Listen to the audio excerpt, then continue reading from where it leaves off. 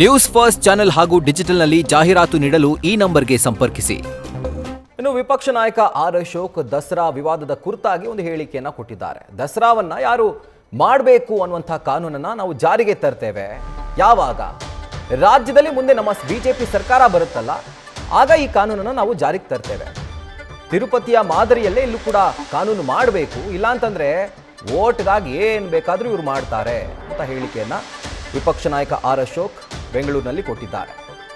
ಆಂಧ್ರದಲ್ಲಿ ಯಾವ ರೀತಿ ಒಂದು ಬೋರ್ಡಲ್ಲಿ ಹಿಂದೂಯೇತರ ವ್ಯಕ್ತಿಗಳಿಗೆ ಅಥವಾ ಸದಸ್ಯರಿಗೆ ಕೊಡಲಾಯ್ತಲ್ಲ, ಅದೇ ರೀತಿ ನಾವು ಕೂಡ ಇಲ್ಲಿ ಕಾನೂನನ್ನು ತರಬೇಕು, ಮುಂದೆ ನಾವು ತರ್ತೀವಿ ಅಂತ ಹೇಳಿದ್ದಾರೆ.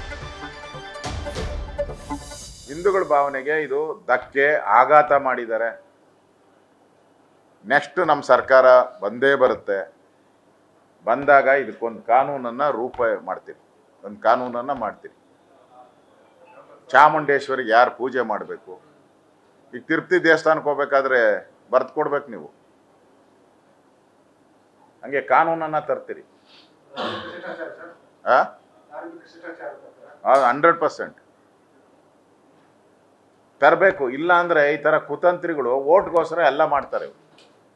ಓಟ್ಗೋಸ್ಕರ ಈ ಉದ್ಘಾಟನೆಯನ್ನು ರಾಜಕಾರಣ ಮಾಡ್ತಾರೆ.